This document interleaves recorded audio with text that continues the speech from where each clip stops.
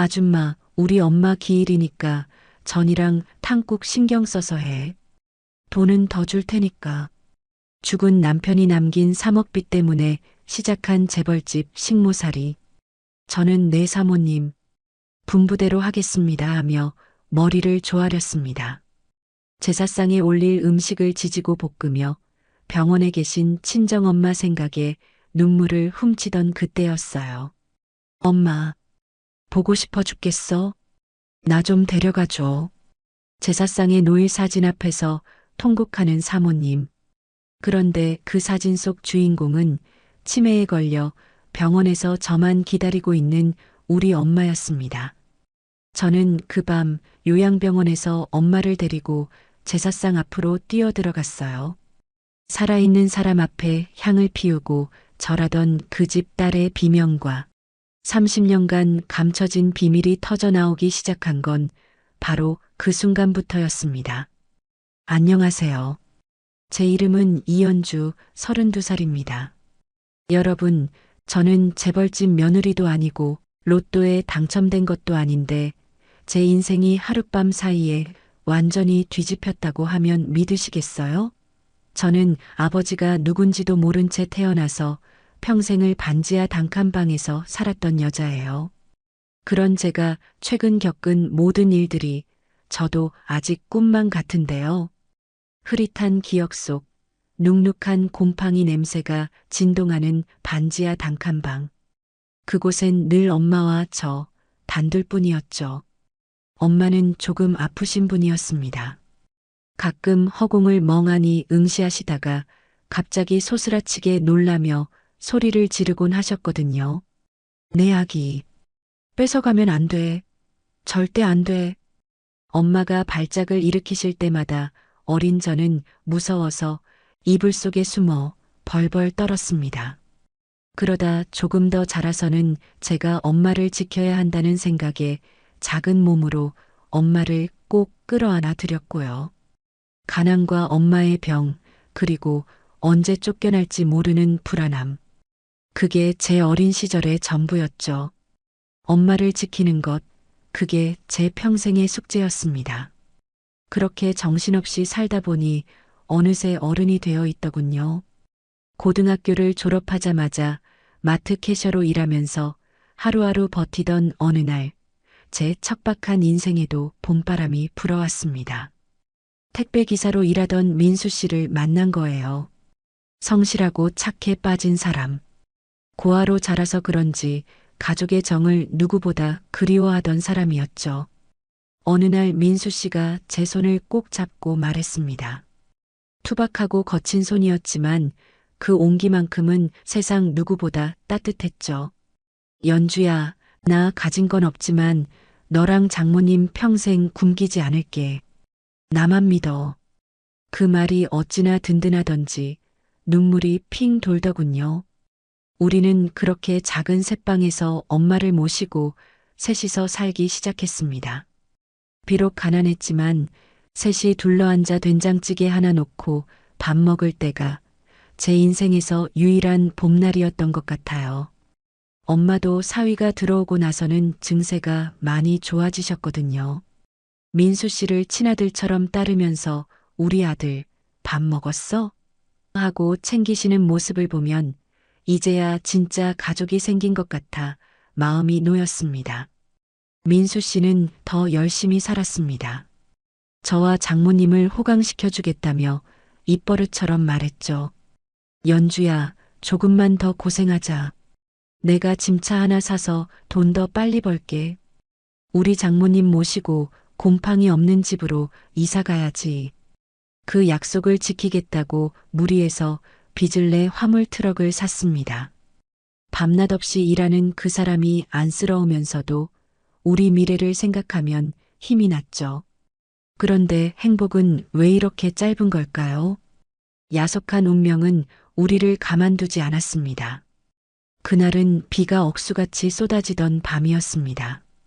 천둥 번개가 치고 하늘이 뚫린 것처럼 비가 퍼붓는데 일을 나간 남편이 돌아오질 않는 겁니다. 불안한 마음에 전화기를 들었다 놨다 하는데 낯선 번호로 전화가 걸려왔습니다. 수화기 너머 경찰관의 목소리가 웅웅거렸습니다. 빗길에 트럭이 미끄러져 낭떠러지로 추락했다는 말. 믿기지가 않더라고요.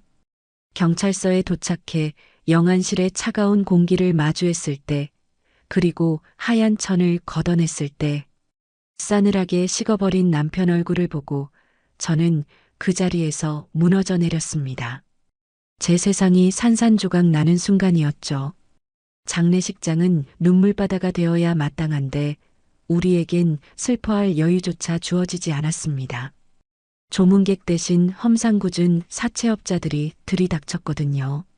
남편이 트럭 살 때 빌린 사채 빚 3억 원. 그 막대한 빚이 고스란히 제 몫이 되어버린 겁니다. 3억 원이라니. 평생 만져보지도 못한 돈이 빚으로 남았다는 사실에 숨이 턱 막혔습니다. 충격을 받은 건 저뿐만이 아니었습니다. 엄마는 사위가 죽었다는 사실을 받아들이지 못하고 그날 이후로 상태가 급격히 나빠지셨죠. 초점 없는 눈으로 현관문만 바라보며 중얼거리셨어요. 민수 언제 와? 밥 먹어야지. 우리 사위 배고플 텐데. 그 모습을 볼 때마다 가슴이 미어 터지는 것 같았지만 주저앉아 있을 수만은 없었습니다. 당장 빚쟁이들이 들이닥칠 테니까요. 낮에는 식당 설거지, 밤에는 대리운전까지 뛰면서 몸이 부서져라 일했지만 불어나는 이자를 감당하기엔 턱없이 부족했습니다. 매일 밤이 지옥 같았습니다. 빚쟁이들은 시도 때도 없이 대문을 두드리고 노인네를 팔아버리겠다며 협박을 일삼았거든요. 엄마가 공포에 질려 비명을 지를 때마다 저는 빚쟁이들에게 매달려 빌고 또 빌어야 했습니다. 엄마만은 건드리지 말아달라고요. 결국 결심했습니다. 엄마를 이 지옥 같은 곳에서 내보내야겠다고요. 언제 무슨 일이 벌어질지 모르는 상황에서 엄마를 계속 집에 모실 수는 없었으니까요. 그래서 엄마를 모시고 도망치듯 외진 요양병원을 찾아갔습니다. 시설은 낡았지만 빚쟁이들 눈을 피하기엔 여기만 한 곳이 없겠다 싶었거든요. 그런데 원무과 직원이 내민 입원비 청구서를 보고는 또 한 번 절망하고 말았습니다. 보증금이며 입원비며 제가 가진 돈으로는 턱도 없었죠. 엄마 손을 잡고 병원 벤치에 앉아 한참을 울었습니다. 엄마 미안해. 내가 능력이 없어서 정말 미안해. 엄마는 아무것도 모른 채 제 눈물을 닦아주며 해맑게 웃으시더라고요. 그 모습이 더 가슴 아파서 꺽꺽대며 우는데 주머니 속에서 전화 진동이 울렸습니다. 친구 미정이었습니다. 연주야, 너 지금 어디야? 목소리가 다급하길래 무슨 일인가 싶어 눈물을 훔치고 대답했죠. 아니, 그냥 밖에 있어. 왜? 너 비위 좋지? 돈 급하다고 했잖아. 내가 일자리 하나 알아왔는데 월급이 꽤 세. 입주 도우미인데 월 500만 원 준대. 500만 원? 그 말에 귀가 번쩍 뜨이더군요. 그 돈이면 빚 이자도 막고 엄마 병원비도 해결할 수 있을 것 같았거든요. 진짜? 당장 할게. 어디야? 무슨 일인데? 제가 너무 급하게 대답하니까 미정이가 잠시 머뭇거리더니 말을 이었습니다. 근데 그게 좀 그래. 강남 펜트하우스인데 그 집 딸이 완전 도라이래. 성격이 파탄나서 도우미들이 3일을 못 버티고 도망가는 곳이라는데 너 괜찮겠어? 사람 취급 못 받을 수도 있어. 저는 헛웃음이 나왔습니다. 지금 제 처지에 찬밥 더운 밥 가릴 때인가요? 빚쟁이들에게 시달리는 것보다야 낫겠지. 벼랑 끝에 선 사람이 뭘 못할까요? 사람 죽이는 일만 아니면 다 해. 주소 찍어서 보내줘. 당장 면접 보러 갈게. 그렇게 저는 전화를 끊고 주먹을 꽉 쥐었습니다. 엄마를 병원에 안전하게 모시기 위해서라면 악마의 소굴이라도 제 발로 들어갈 각오가 되어 있었으니까요. 그곳이 천국일지 지옥일지는 가봐야 알겠지만 저는 물러설 곳이 없었습니다. 엄마를 지켜야만 했으니까요. 숨을 고르며 올려다본 강남의 하늘은 유난히 높고 차가웠습니다. 제가 도착한 곳은 그 동네에서도 가장 비싸다는 최고급 오피스텔, 그 중에서도 꼭대기층인 펜트하우스였어요. 현관문 앞에 섰을 때 제 낡은 운동화가 반짝이는 대리석 바닥 위에서 어찌나 초라해 보이던지. 하지만 저는 물러설 곳이 없었기에 떨리는 손으로 초인종을 눌렀습니다. 문이 열리고 마주한 집 안 풍경은 상상 이상으로 화려했지만 묘하게 서늘한 기운이 감돌았습니다. 마치 사람이 사는 집이 아니라 잘 꾸며진 모델하우스 같았달까요? 넓은 거실 한가운데 소파에 비스듬히 누워있는 여자가 보였습니다. 저와 동갑이라던 집주인 강세라 씨였죠. 그녀는 제가 들어왔는데도 시선조차 주지 않고 스마트폰만 들여다보고 있더라고요. 제가 조심스럽게 인사를 건넸습니다. 안녕하세요. 오늘부터 일하게 된 이현주입니다. 그제야 그녀가 고개를 돌려 저를 훑어보는데 그 눈빛이 어찌나 날카롭던지 베일 것만 같았어요. 첫 마디부터가 예사롭지 않았죠. 아줌마, 나랑 동갑이라고 들었는데 혹시라도 친구 먹으려거나 선 넘는 행동하면 그날로 바로 해고야. 주제 파악 잘해. 기가 막혔지만 저는 납작 엎드려야 했습니다. 제 자존심보다는 병원에 계신 엄마의 입원비가 더 급했으니까요. 네, 아가씨. 명심하겠습니다. 시키는 대로만 하겠습니다. 그녀는 귀찮다는 듯 손을 휘휘 젓더니 다시 눕더군요. 그게 우리의 첫 만남이었습니다. 그리고 예상은 했지만 그 집에서의 생활은 정말 만만치 않았습니다. 세라 아가씨는 밤낮이 완전히 뒤바뀐 생활을 하고 있었거든요. 해가 중천에 떠 있을 때는 커튼을 2중 3중으로 치고 죽은 듯이 자다가 모두가 잠든 새벽이 되면 깨어나 활동을 시작했습니다. 덕분에 저도 덩달아 잠을 설치기 일쑤였죠. 새벽 3시쯤 되었을까요? 인터폰이 요란하게 울려대면 저는 스프링처럼 튀어나가야 했습니다. 아줌마, 일어나. 배고파. 라면 끓여와. 파 많이 넣고 계란은 반숙으로. 졸린 눈을 비비며 부엌으로 달려가 정성껏 라면을 끓여 대령했지만 그녀의 입맛을 맞추기란 하늘의 별 따기였죠. 한 젓가락 입에 넣고는 인상을 팍 쓰며 젓가락을 탁 내려놓는 게 아니겠어요? 아, 맛없어. 이게 무슨 맛이야? 면이 다 불었잖아. 그러고는 그 뜨거운 국물이 담긴 그릇을 바닥으로 획 밀어버리더라고요. 우당탕 소리와 함께 라면 국물이 사방으로 튀고 제 발등에도 뜨거운 국물이 튀어 화끈거렸지만 비명도 지르지 못했습니다. 죄송합니다, 아가씨. 다시 끓여오겠습니다. 됐어. 입맛 떨어졌어. 치워. 그녀는 식탁에 엎드려 중얼거리곤 했습니다. 술에 잔뜩 취한 목소리로 말이죠. 우리 엄마라면 이렇게 안 끓였을 텐데. 엄마가 끓여준 라면 먹고 싶다. 그때마다 저는 바닥에 엎어진 라면을 치우며 묘한 기분을 느껴야 했습니다. 돈이 저렇게 많은데도 최고급 펜트하우스에 살면서도 고장 라면 하나에 엄마를 찾으며 우는 여자. 그녀의 뒷모습이 어딘가 모르게 텅 비어 보였거든요. 집안을 청소하다 보면 더 이상한 점들이 눈에 들어왔습니다. 보통 집이라면 거실 한가운데 걸려 있을 법한 가족 사진이 이 집엔 단 한 장도 없었거든요. 벽에 걸린 건 오로지 세라 아가씨 혼자 찍은 독사진 뿐이었습니다. 화려한 드레스를 입고 있지만 표정은 전혀 웃고 있지 않은 차가운 인형 같은 사진들만 가득했죠. 이 넓은 집에서 그녀도 저처럼 철저히 혼자라는 생각이 들더라고요. 그러던 어느 날 그녀의 방을 청소하다가 우연히 펼쳐져 있는 일기장을 보게 되었습니다. 훔쳐볼 생각은 없었지만 펼쳐진 페이지에 적힌 글씨가 너무 커서 눈에 들어오고 말았죠. 내용은 충격적이었습니다. 죽고 싶다. 아무도 날 사랑하지 않아. 아빠는 악마야. 날 쳐다보지도 않아. 엄마, 보고 싶어. 나 좀 데려가줘. 여기 너무 외로워. 그 글귀들을 읽는 순간 가슴 한구석이 찌릿해지더라고요.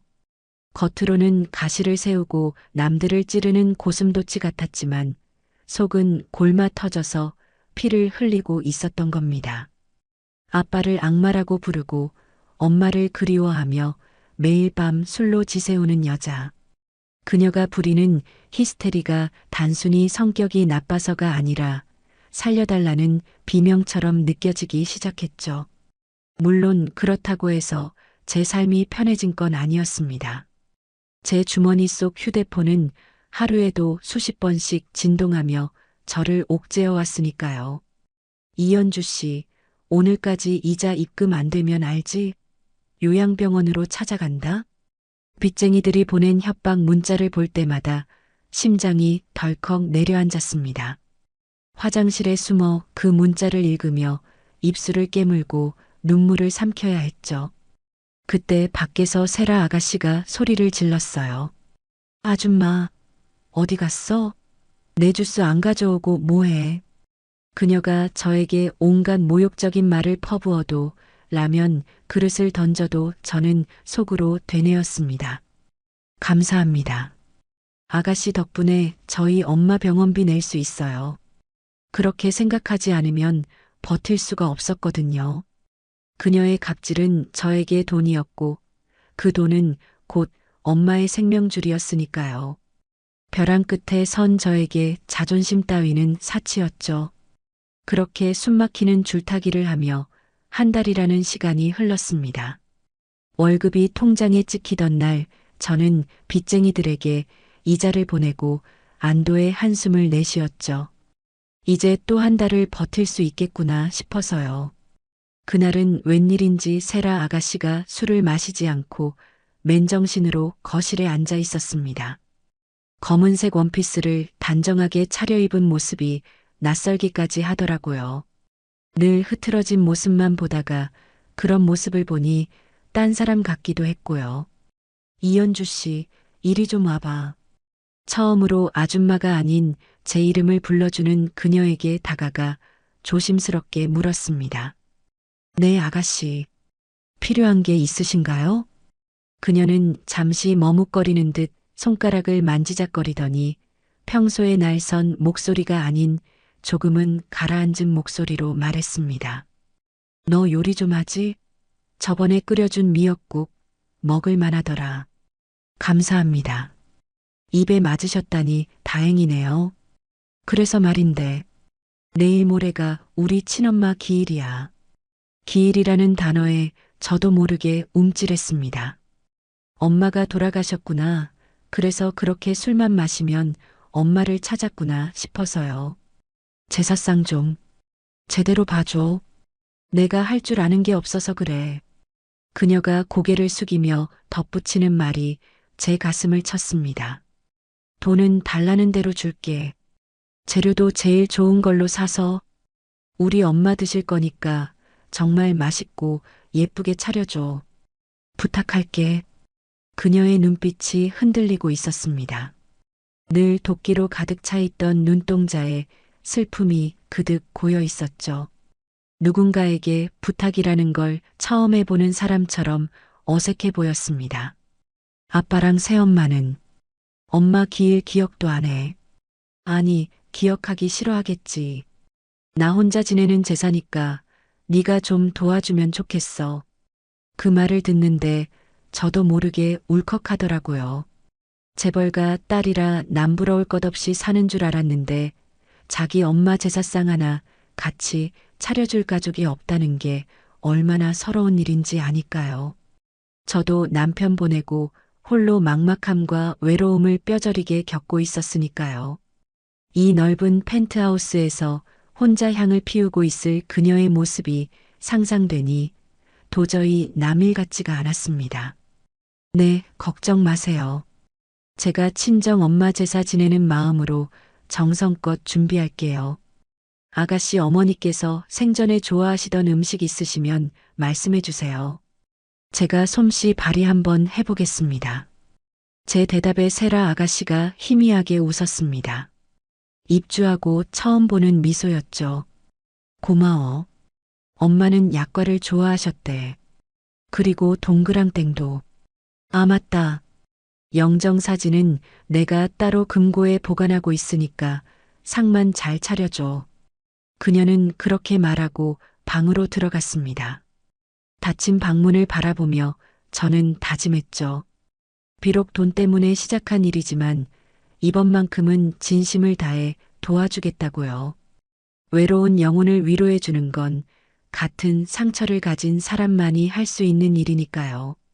저는 시장에 갈 준비를 하며 수첩을 꺼내 적기 시작했습니다. 최고급 소고기, 제철 과일, 약과, 동그랑땡 재료. 장바구니를 챙겨 들고 현관을 나서는데 문득 요양병원에 계신 엄마 생각이 나더라고요. 우리 엄마도 약과 참 좋아하시는데. 하지만 그때는 꿈에도 몰랐습니다. 제가 차릴 그 제사상이 그리고 세라 아가씨가 금고 깊숙이 숨겨뒀다는 그 영정 사진이 제 인생을, 아니 우리 모두의 운명을 송두리째 뒤흔들어 놓을 거라는 사실을요. 판도라의 상자가 열리기 직전이었는데 저는 그것도 모르고 그저 아가씨를 도울 수 있다는 생각에 조금 들떠있기까지 했답니다. 새벽 공기가 차가웠지만 시장의 활기찬 소음은 제 마음을 조금 들뜨게 했습니다. 남의 집 제사상이라지만 누군가를 위해 정성을 다해 음식을 준비한다는 건 꽤 오랜만이었거든요. 저는 시장 골목을 누비며 가장 신선한 재료들을 골랐습니다. 아저씨, 이거 한우 양지 제일 좋은 걸로 주세요. 국거리 말고 산적용으로 두툼하게요. 최고급 소고기에 흠집 하나 없는 제철 과일, 그리고 빛깔 좋은 나물들까지. 제 손에 들린 장바구니가 묵직해질수록 묘한 책임감이 느껴지더라고요. 돈을 받아서 하는 일이라기엔 제 마음이 꽤 진지했습니다. 아마도 남편, 엄마 생각이 나서였겠죠? 집으로 돌아와 앞치마를 질끈 동여매고 부엌에 섰습니다. 고소한 참기름 냄새가 펜트하우스의 차가운 공기를 따뜻하게 데우기 시작했죠. 저는 엄마가 평소에 좋아하시던 동그랑땡 반죽을 치대며 혼자 중얼거렸습니다. 우리 엄마도 이거 참 좋아하시는데 병원 갈 때 좀 싸가야지. 엄마, 조금만 기다려. 내가 맛있는 거 많이 해갈게. 지글지글 전이 익어가는 소리에 맞춰 제 손도 바쁘게 움직였습니다. 노릇노릇하게 구워진 동그랑땡을 채반에 담으려다 하나를 집어 입에 넣었죠. 짭조름하고 고소한 맛이 입안 가득 퍼지는데 문득 눈시울이 붉어지더라고요. 요양병원 침대에서 병원 밥만 드시고 계실 엄마 얼굴이 떠올라서요. 남의 엄마 제사상은 이렇게 상다리가 휘어지게 차리면서 정작 내 엄마한테는 따뜻한 밥 한 끼 제대로 못 해드린다는 죄책감이 가슴을 찔렀습니다. 약과를 예쁘게 쌓아 올리고 탕국을 끓이며 간을 보는데 세라 아가씨가 부엌으로 들어왔습니다. 평소에 화려한 옷차림 대신 단정한 검은색 원피스를 입고 화장기 없는 얼굴로 서 있는 그녀는 영락없이 엄마 잃은 어린아이 같아 보였습니다. 냄새 좋네. 고마워, 연주씨. 혼자 하기 힘들지? 그녀가 쑥스러운 듯 건네는 말에 저는 손사래를 쳤습니다. 아니에요, 아가씨. 제가 손이 좀 빨라요. 거의 다 됐습니다. 이제 상만 차리면 돼요. 해가 지고 어둠이 깔리자 펜트하우스의 거실은 세상 엄숙한 곳이 되었습니다. 저는 병풍을 치고 정성껏 만든 음식들을 제기에 담아 올렸죠. 촛불이 켜지자 일렁이는 불빛 그림자가 벽에 어른거렸어요. 모든 준비가 끝나고 이제 영정 사진만 올리면 되는 순간이었습니다. 세라 아가씨가 안방 깊숙한 곳에 있는 금고에서 낡은 서류 봉투 하나를 꺼내 오더라고요. 얼마나 꺼내보고 열어봤는지 봉투 모서리가 닳고 닳아 있었습니다. 이거 부모님 몰래 숨겨둔 유일한 사진이야. 새엄마가 엄마 물건이랑 사진을 다 태워버렸거든. 그녀의 목소리가 가늘게 떨렸습니다. 영정 사진으로 쓰게. 액자에 좀 넣어줄래? 나 손이 너무 떨려서 못하겠어. 그녀가 건넨 봉투를 받아드는데 왠지 모를 서늘한 기운이 등줄기를 타고 흘렀습니다. 왜일까요? 그 봉투를 여는 게 무서웠습니다. 하지만 저는 도움이니까 시키는 대로 해야 했죠. 조심스럽게 봉투를 열고 그 안에 든 빛바랜 흑백 사진 한 장을 꺼냈습니다. 그리고 사진 속 얼굴을 마주한 순간 제 심장이 쿵 하고 내려앉는 것만 같았어요. 아니, 시간이 멈춰버린 것 같았죠.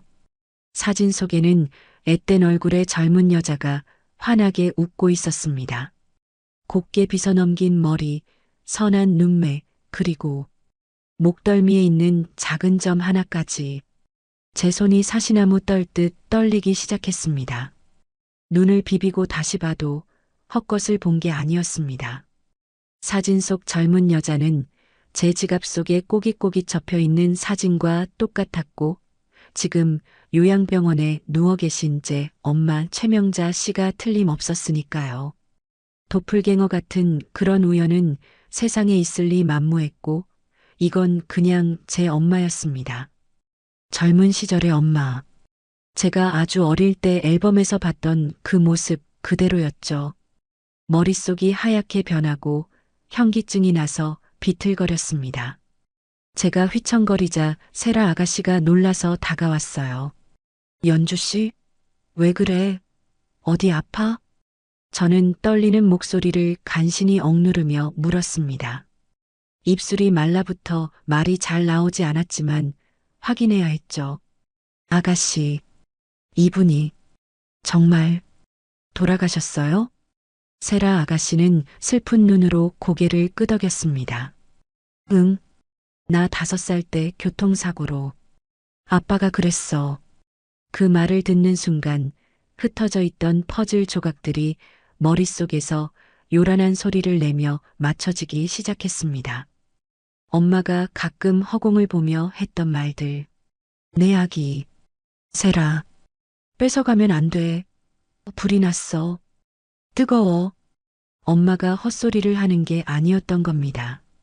엄마의 기억 속에 있는 그 끔찍한 사고, 그리고 잃어버린 아이. 그 아이가 바로 제 눈앞에 있는 강세라 아가씨였던 겁니다. 잠시만요. 화장실 좀 다녀올게요. 저는 도망치듯 부엌으로 뛰어들어갔습니다. 다리가 풀려 주저앉을 뻔했지만 식탁을 짚고 간신히 버텼죠. 주머니에서 휴대폰을 꺼내 엄마에게 전화를 걸었습니다. 신호가 가는 그 짧은 시간이 영겁처럼 느껴졌어요. 여보세요?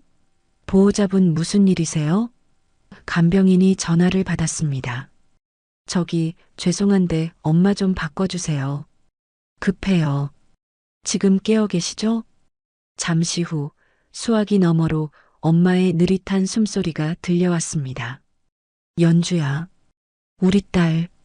저는 떨리는 입술을 깨물며 확인하고 싶지 않은, 하지만 확인해야만 하는 질문을 던졌습니다. 엄마, 엄마 혹시 강 회장이라고 알아? 강진석 회장? 그 순간이었습니다. 조용하던 수화기 너머에서 엄마가 발작하듯 비명을 질렀습니다. 으악, 안 돼. 그 사람한테 말하지 마. 내 아기, 세라, 세라 뺏어가면 안 돼. 그 여자가 죽인다고 했어. 세라 숨겨야 돼. 엄마의 절규. 그건 치매 노인의 헛소리가 아니었습니다. 30년이 넘도록 가슴속에 묻어둔 피 맺힌 한이 터져 나오는 소리였죠. 엄마의 입에서 세라라는 이름이 나오는 걸 들으니 눈앞이 캄캄해졌어요. 확실했습니다. 지금 거실에 있는 강세라는 제 친언니였고 요양병원에 있는 제 엄마는 세라가 그토록 그리워하며 제사까지 지내주는 바로 그 죽은 엄마였던 거였어요. 계모와 아버지는 세라에게 엄마가 죽었다고 거짓말을 했고 엄마에게는 세라를 빼앗아 갔던 겁니다. 아니, 어쩌면 엄마를 죽은 사람으로 위장해 세상에서 지워버린 거겠죠. 전화를 끊고 멍하니 서 있는데 거실에서 세라 아가씨의 울음소리가 들려왔습니다. 엄마, 흐흑, 나 너무 힘들어. 아빠도 밉고 새엄마도 싫어. 나 좀 데려가줘. 엄마 보고 싶어. 저는 비틀거리며 거실 쪽을 바라보았습니다. 살아있는 사람의 사진을 영정으로 올려놓고 그 앞에서 절을 하며 통곡하고 있는 언니. 그리고 살아있으면서도 죽은 취급을 당하며 평생을 죄인처럼 숨어 살아온 엄마. 어떻게 사람이 사람에게 이런 짓을 할 수 있을까요? 저는 부엌 구석에 주저앉아 입을 틀어막고 소리 없는 비명을 질렀습니다.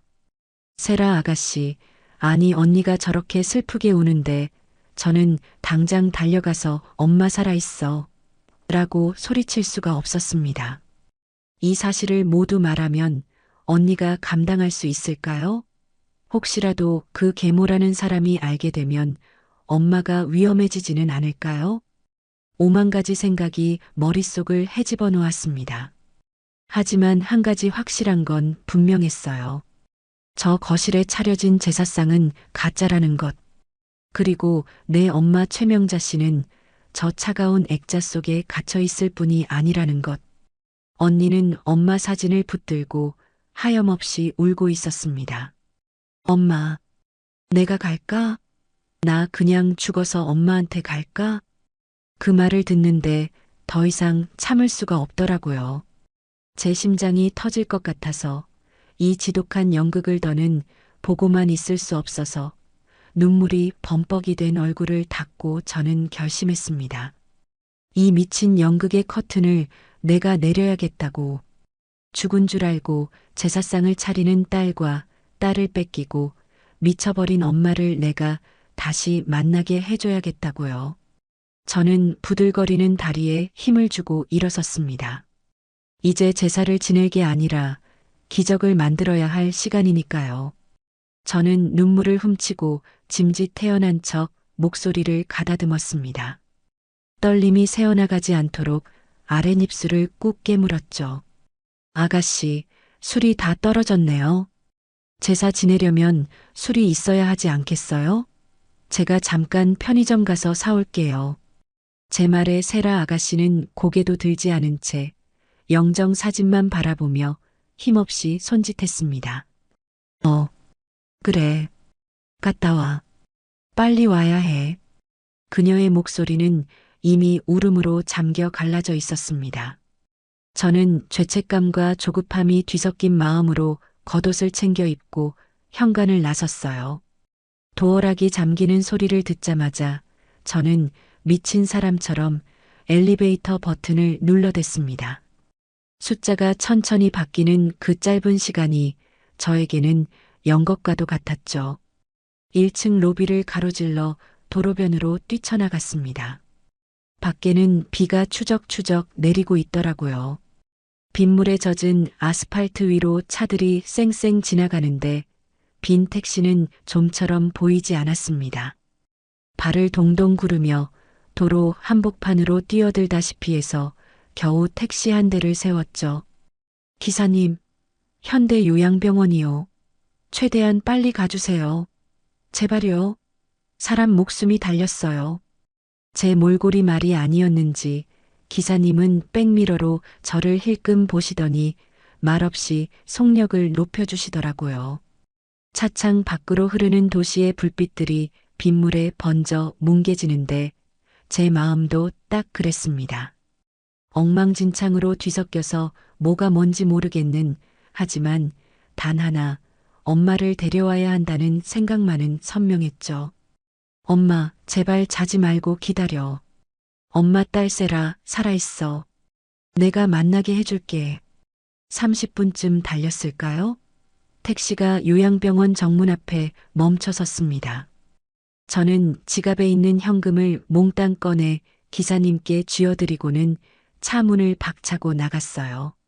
낡은 요양병원 건물은 빗줄기 속에서 을씨년스럽게 서 있었는데 그게 꼭 감옥처럼 보이더라고요. 경비실엔 아무도 없었습니다. 천만다행이었죠. 저는 발소리를 죽여 복도를 지나 엄마가 계신 305호 병실 문을 조심스럽게 열었습니다. 문을 여니 퀴퀴한 소독약 냄새와 노인들의 냄새가 섞여서 훅 끼쳐오는데 순간 코끝이 찡해지더라고요. 엄마는 창가 쪽 침대에서 새우잠을 자고 계셨어요. 이불 밖으로 삐져나온 앙상하게 마른 등이 어찌나 작아 보이던지 왈칵 눈물이 쏟아질 뻔했습니다. 저는 엄마에게 다가가 어깨를 살살 흔들었죠. 엄마, 일어나 봐. 나야 연주. 엄마는 화들짝 놀라며 이불을 끌어당기셨어요. 치매가 심해지신 뒤로는 늘 누군가가 자기를 해칠까봐 겁에 질려 계셨거든요. 누구야? 저리 가. 내 아기 뺏어가면 안 돼. 잔뜩 겁에 질린 엄마의 눈동자가 허공을 헤매고 있었습니다. 저는 엄마의 차가운 손을 꼭 잡고 최대한 또렷하고 부드러운 목소리로 속삭였습니다. 엄마가 제일 반응하는 그 단어를 써야만 했으니까요. 엄마, 진정해. 나 연주야. 우리 세라 만나러 가자. 세라라는 두 글자가 주문처럼 통했나 봐요. 엄마의 발작이 거짓말처럼 멈추더라고요. 초점 없던 엄마의 눈동자가 저를 향해 고정되었죠. 세라, 내 딸. 세라, 응. 언니가 엄마 기다려. 엄마 보고 싶다고 울고 있어. 우리 빨리 가자. 그 순간 엄마의 눈에 형언할 수 없는 빛이 스쳐 지나갔습니다. 치매로 흐릿해졌던 기억의 저편에서 모성애라는 본능이 깨어난 걸까요? 엄마는 침대에서 벌떡 일어나시더니 장롱을 열어젖히시는 거예요. 가야지. 내 새끼 보러 가야지. 예쁘게 입고 가야지. 손을 벌벌 떨면서도 옷가지들을 챙기시는 엄마를 보며 저는 구석에서 옥색 한복을 꺼냈습니다. 엄마가 정신이 온전하던 시절 가장 아끼셨던 옷이었거든요. 엄마, 이거 입자. 세라 언니 만나러 가는 거니까 제일 고운 거 입고 가야지. 엄마는 어린아이처럼 고개를 끄덕이며 제 도움을 받아 한복으로 갈아입으셨어요. 곱게 빗은 머리에 옥색 저고리를 입으신 엄마는 잠시나마 환자가 아닌 고운 여인으로 돌아간 듯했죠. 저는 엄마를 휠체어에 태우고 혹시라도 감기 드실까봐 담요로 꽁꽁 싸매어 병실을 빠져나왔습니다. 다행히 야간 당직 간호사는 데스크에서 꾸벅꾸벅 졸고 있더라고요. 숨조차 크게 쉬지 못하고 병원 로비를 빠져나온 우리는 다시 택시를 잡아 타고 강남으로 향했습니다. 돌아오는 택시 안에서 엄마는 창밖 풍경에서 눈을 떼지 못하셨어요. 연주야, 저기 불빛 좀 봐라. 우리 세라가 저런 데 사는 거니? 밥은 굶지 않았을까? 내가 늦게 가서 혼나면 어떡하지? 엄마의 걱정은 오로지 세라뿐이었습니다. 30년이 넘는 세월 동안 죽은 사람 취급을 당하며 살았으면서도 엄마의 시간은 여전히 딸을 잃어버린 그 날에 멈춰 있었던 거죠. 그 마음이 너무 애틋해서 저는 엄마의 거친 손만 꽉 잡아드렸어요. 걱정 마, 엄마. 언니 잘 살고 있어. 엄마만 오면 된대. 펜트하우스 로비에 도착했을 때 제 온몸은 땀으로 축축했습니다. 엄마의 휠체어를 밀고 금빛으로 치장된 엘리베이터에 탔는데요. 거울에 비친 제 모습은 헝클어진 머리에 빗물에 젖은 옷차림이었지만 눈빛만은 그 어느 때보다 결연했습니다. 35층. 띵하는 소리와 함께 문이 열렸고 익숙한 현관문 앞에 서서 심호흡을 한번 크게 했죠. 도어락 비밀번호를 누르는 손가락 끝이 미세하게 떨려오더라고요. 삑, 삑, 삑, 삐릭. 문이 열리자마자 훅 끼쳐오는 향 냄새. 그리고 거실 안쪽에서 들려오는 가슴 찢어지는 통곡 소리. 으흐흑. 엄마, 나 너무 힘들어. 나 좀 데려가줘. 세라 아가씨는 여전히 영정 사진 앞에 엎드려 있었습니다. 검은 상복을 입은 등이 애처롭게 들썩이고 있었죠. 그 모습을 보는 순간 저는 더 이상 망설일 이유가 없다는 걸 확신했습니다. 이제 진짜 엄마를 보여줄 차례니까요. 저는 휠체어 손잡이를 꽉 움켜쥐고 거실을 향해 천천히 들어갔습니다. 바퀴가 굴러가는 소리에 세라 아가씨가 흠칫하며 고개를 들더라고요. 눈물과 콧물로 범벅이 된 얼굴로 저를 쏘아보면서 소리쳤죠. 야, 이연주, 너 술 사오라니까 어디 갔다 이제 오는 거야. 제사 다 망치려고 작정했어? 그녀의 표독스러운 외침에도 저는 멈추지 않았습니다. 오히려 속도를 높여 제사상 앞으로, 그 가짜 영정사진 바로 옆으로 엄마의 휠체어를 밀고 들어갔어요. 아가씨, 절하지 마세요. 제 고함 소리에 세라 아가씨가 얼어붙었습니다. 그녀의 시선이 저를 지나쳐 휠체어에 앉아 계신 엄마에게로 향했죠. 엄마는 떨리는 손으로 무릎 위에 놓인 담요를 걷어내고 천천히 고개를 드셨습니다. 세월의 풍파에 주름진 얼굴이지만 영정 사진 속 그 선한 눈매와 오똑한 코가 그대로 남아있는 얼굴. 엄마의 눈길이 세라 아가씨의 얼굴에 닿는 순간 엄마의 입술이 파르르 떨리더라고요. 세라야, 내 아기. 그 목소리. 지난 세월 동안 꿈속에서나 듣던, 아니 꿈에서조차 희미했던 그리운 목소리였겠죠. 세라 아가씨는 감전된 사람처럼 비틀거렸습니다. 뒷걸음질 치다 제사상 모서리에 부딪혀 촛대가 와장창 쓰러졌지만 그녀는 아랑곳하지 않았어요. 거짓말. 말도 안 돼. 엄마는 불편한 다리를 이끌고 휠체어에서 일어나려고 안간힘을 쓰셨습니다. 제가 부축해드리자 엄마는 비틀거리는 걸음으로 한 발짝, 두 발짝 세라 아가씨에게 다가갔습니다. 그리고 떨리는 손을 뻗어 세라 아가씨의 젖은 뺨을 어루만지셨죠. 맞구나. 내 딸 세라. 많이 컸네. 엄마가 너무 늦게 와서 미안해. 엄마가 죄인이야.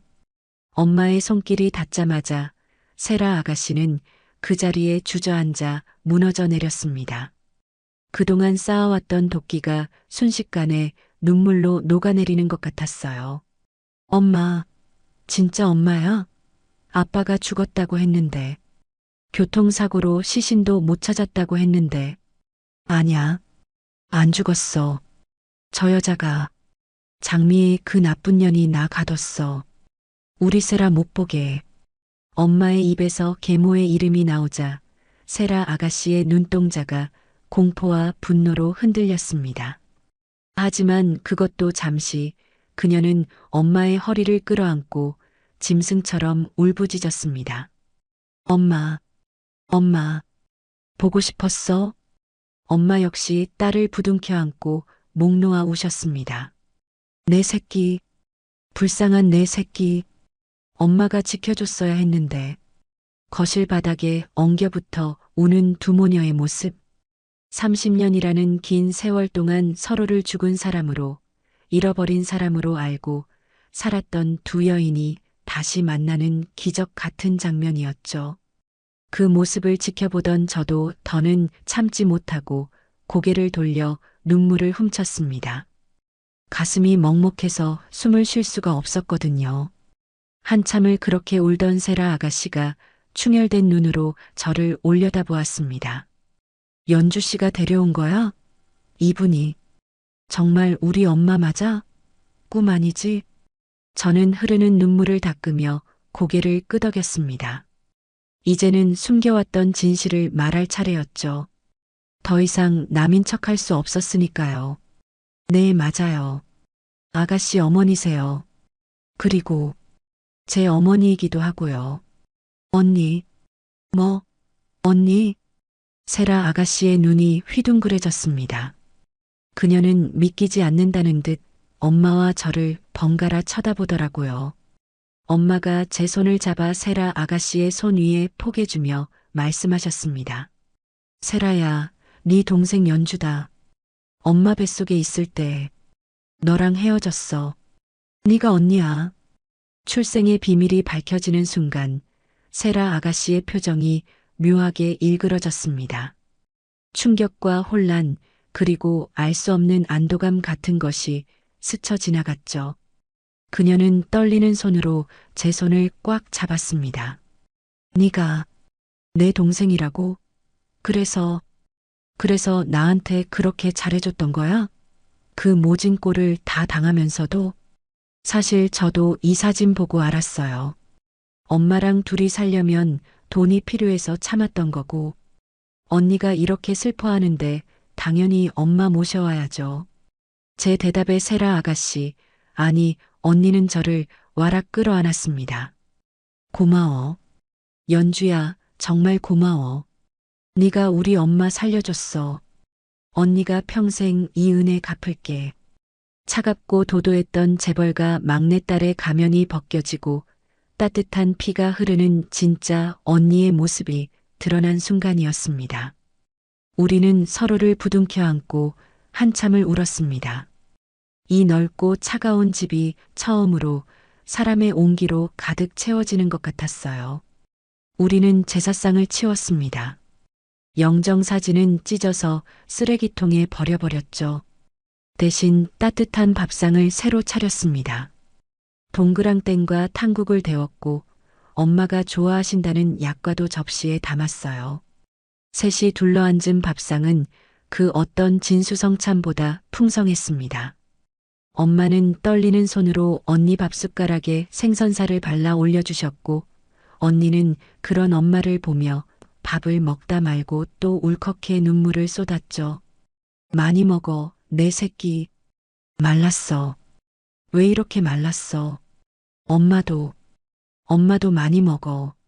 내가 맛있는 거 다 사줄게. 이제 아무 데도 가지 마. 그 모습을 보며 저는 숟가락을 든 채 속으로 다짐했습니다. 이 행복을 깨려는 자가 있다면 그게 누구든 가만두지 않겠다고요. 계모든 아버지든 세상 누구든 간에 내 가족은 내가 지킬 거라고요. 하지만 평화는 그리 오래가지 않을 거란 걸 직감했습니다. 이 집에는 곳곳에 계모의 눈과 귀가 심어져 있었으니까요. 당장 내일이라도 폭풍이 몰아칠지 모릅니다. 하지만 두렵지 않았습니다. 이제 우리는 혼자가 아니니까요. 셋이 뭉치면 그 어떤 것엔 파도도 헤쳐나갈 수 있을 거라 믿었거든요. 밖에는 여전히 비가 내리고 있었지만 우리 셋이 있는 펜트하우스 거실만큼은 봄날처럼 따스했습니다. 이것이 우리의 진짜 시작이었습니다. 폭풍 같았던 재회의 순간이 지나고 펜트하우스 거실에는 묘한 정적이 흘렀습니다. 하지만 그 정적은 예전처럼 차갑고 날 선 침묵이 아니었어요. 뭐랄까, 마치 폭신한 솜니부를 덮어쓴 것처럼 따뜻하고 몽글몽글한 공기였죠. 밖에는 여전히 비가 쏟아지고 있었지만 우리 셋이 있는 이 공간만큼은 세상 어디보다 안전한 요새처럼 느껴졌거든요. 우리는 거실에 이불을 깔았습니다. 방이 그토록 많은 집이었지만 그날 밤만큼은 누구도 각자의 방으로 들어가고 싶어 하지 않았으니까요. 엄마를 가운데에 두고 저와 언니가 양옆에 누웠습니다. 천장 높은 펜트하우스 거실 바닥에 누워 천장에 달린 샹들리에를 올려다보는데 참 기분이 이상하더라고요. 불과 몇 시간 전까지만 해도 저는 돈 때문에 자존심을 팔아야 하는 도움이었고 옆에 있는 이 여자는 저를 벌레 보듯 하던 갑질 상사였으니까요. 그런데 이젠 서로의 숨소리를 들으며 나란히 누워있는 자매라니. 사람 인연이라는 게 참 알다가도 모르겠는 거 있죠. 언니는 엄마의 손을 꼭 잡고 놓지를 못하더라고요. 행여나 잠들면 이 모든 게 꿈처럼 사라질까봐 겁내는 어린아이 같았습니다. 엄마는 그런 언니의 머리카락을 가만가만 쓰다듬어 주셨고요. 그 투박하고 거친 손길이 어찌나 다정하던지 보고 있는 제 코끝이 다 찡해지더라니까요. 한참을 말이 없던 언니가 불쑥 입을 열었습니다. 목소리가 잔뜩 잠겨 있었어요. 연주 씨. 아니, 동생아. 그 호칭이 어색했는지 언니는 피식 힘없는 웃음을 터뜨렸습니다. 미안해. 정말 미안해. 내가 그동안 너한테 못할 짓 너무 많이 했지? 라면 없고 소리 지르고 하녀 취급하고 언니는 고개를 돌려 저를 보는데 그 눈빛에 미안함이 가득 차서 찰랑거리고 있었어요. 네가 내 동생인 줄도 모르고 엄마가 그렇게 아끼던 딸인 줄도 모르고 내가 진짜 미친년이지. 벌 받을 거야, 난. 저는 언니의 손을 잡아주며 고개를 저었습니다. 아니에요, 언니. 몰랐잖아요. 그리고 언니도 많이 힘들었잖아요. 외로워서 그랬다는 거 다 알아요. 그래도 너네 남편 제부 그렇게 된 것도 모르고 내가 함부로 말한 거 그것도 너무 마음에 걸려. 용서해 줄 수 있어? 언니의 눈에서 다시 눈물이 주르륵 흘러내렸습니다. 저는 언니의 눈물을 손으로 닦아주며 말했죠. 다 지워요. 그런 기억들. 이제 우리 가족이잖아요. 엄마 찾았으니까 된 거예요. 우리 남편도 하늘에서 보고 있다면 잘했다고 이제 외롭지 않게 살라고 응원해 줄 거예요. 제 말에 언니는 엉엉 소리내어 울음을 터뜨렸고 엄마는 그런 언니를 품에 안고 토닥여 주셨습니다. 울지 마라, 내 새끼. 엄마가 미안해. 엄마가 더 일찍 왔어야 했는데. 엄마의 기억은 여전히 드문드문 끊겨 있었지만 그 끔찍했던 날의 기억만큼은 문신처럼 새겨져 있는 듯 했습니다. 엄마가 띄엄띄엄 들려주는 과거 이야기는 우리가 상상했던 것보다 훨씬 더 잔인하고 끔찍했거든요. 그날 연주 임신한 줄도 모르고 몸이 너무 힘들어 병원에 입원했었어. 장미에 그 여자가 간호사를 시켜서 내 링거에 뭘 넣었나 봐. 정신이 몽롱해지는데 눈을 떠보니 앰뷸런스 아니더라. 엄마의 목소리가 가늘게 떨려왔습니다. 내가 살려달라고 우리 세라 젖줘야 한다고 비는데 그 여자가 웃으면서 그러더라. 넌 죽은 거야. 세상 사람들 다 네가 죽은 줄 알아. 그러니까 쥐 죽은 듯이 살아. 그러고는 산속에 있는 정신병원 독방에 쳐넣었어. 듣고 있는 것만으로도 피가 거꾸로 솟는 기분이었습니다. 멀쩡한 사람을 납치해서 감금하고 남은 가족들에겐 죽었다고 거짓말을 하다니. 그게 사람이 할 짓인가요? 악마도 고개를 저을 짓이죠. 거기서 얼마나 있었는지도 몰라. 배는 점점 불러왔고 미치지 않으려고 우리 세라 얼굴 안 잊어버리려고 매일 벽에다 내 이름을 썼어. 엄마는 언니의 손을 자기 볼에 비비며 말을 이었습니다. 그러다 불이 났어. 병원에 큰 불이 나서 사람들이 막 도망가는데 나도 그때 정신없이 뛰쳐나왔지. 산 넘고 물을 건너서 도망치는데 갈 데가 있어야지. 기억은 자꾸 사라지지. 그러다 반지하방에서 연주를 낳고 그렇게 숨어 살았던 거야. 들키면 우리 세라 연주까지 죽일까봐. 엄마의 이야기가 끝날 즈음 우리는 셋 다 말을 잇지 못했습니다. 분노와 슬픔 그리고 안도감이 뒤섞여서 가슴이 먹먹했거든요. 그 모진 세월을 견뎌내고 이렇게 우리 곁으로 돌아와 준 엄마가 그저 기적처럼 느껴질 뿐이었습니다. 이제 괜찮아요, 엄마. 이제 아무도 엄마 못 건드려요. 내가 그리고 언니가 엄마 지킬 거니까. 제가 단호하게 말하자 언니도 눈물을 닦으며 도끼 어린 눈빛으로 고개를 끄덕였습니다. 그래. 장미 그 여자. 내가 가만 안 둬. 우리 엄마 인생 망치고 내 인생 지옥으로 만든 데가 뼈저리게 치르게 해줄 거야. 아빠한테도 다 말할 거야. 잠깐만요, 언니. 저는 흥분한 언니를 말렸습니다. 지금 당장 감정에 휩쓸려 움직였다가는 오히려 역풍을 맞을 수도 있었으니까요.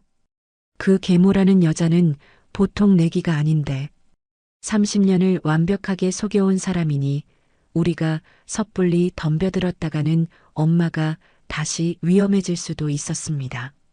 지금 당장은 안 돼요. 확실한 증거를 잡아야 해요.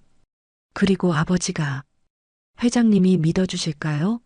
30년이나 죽은 줄 알았던 아내가 살아왔다고 하면 그쪽에서 유전자 검사 조작하고 미친 사람 취급하면 우리는 당할 수밖에 없어요. 제 말에 언니도 아차 싶은 표정을 짓더라고요. 그럼 어떻게 이대로 숨어지네? 아니요. 숨는 게 아니라 준비를 하는 거예요. 가장 결정적인 순간에 그 여자가 빠져나갈 구멍이 전혀 없을 때 터뜨려야 해요. 그때까지는 엄마 여기 계신 거 비밀로 해요. 우리는 그날 밤 일종의 작전 회의를 했습니다.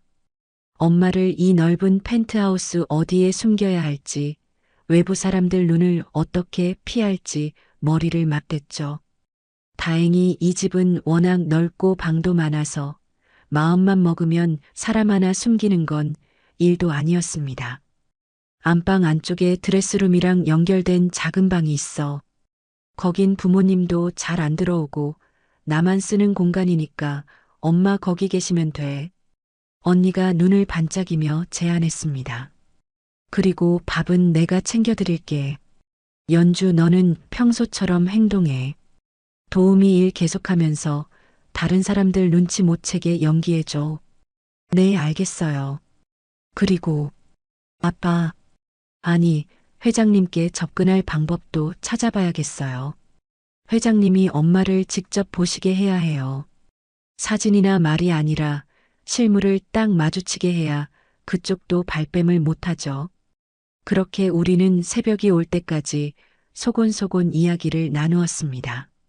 밖에서 들으면 자매끼리 수다 떠는 소리처럼 들렸겠지만 내용은 목숨을 건 복수국의 서막이었죠. 새벽 5시쯤 되었을까요? 엄마는 고단하셨는지 언니 품에서 새근새근 잠이 드셨습니다. 잠든 엄마의 얼굴은 세상 그 어떤 아기 천사보다 평온해 보였어요. 저와 언니는 잠든 엄마를 가운데 두고 마주보고 누웠습니다. 언니가 제 손을 잡으며 작게 속삭이더라고요. 연주야. 응 언니. 고맙다. 진짜 고마워. 나 사실 죽으려고 했어. 오늘 제사 지내고 따라가려고 약까지 모아놨었어. 그 말에 가슴이 철렁 내려앉았습니다. 언니, 그런 말하지 마요. 근데 네가 살렸어. 너 아니었으면 나 지금쯤 어떻게 됐을지 모르겠다. 넌 내 생명의 은인이야. 내 동생이라서가 아니라 인간 강세라를 살려준 사람이야. 언니의 진심 어린 고백에 저는 목이 메어 아무 말도 할 수 없었습니다. 그저 맞잡은 손에 힘을 꽉 줄 뿐이었죠.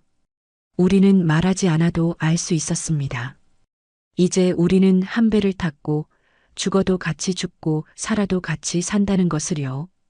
아침 햇살이 커튼 사이로 비집고 들어올 때쯤 저는 자리에서 일어났습니다. 엄마와 언니는 여전히 곤히 자고 있었죠.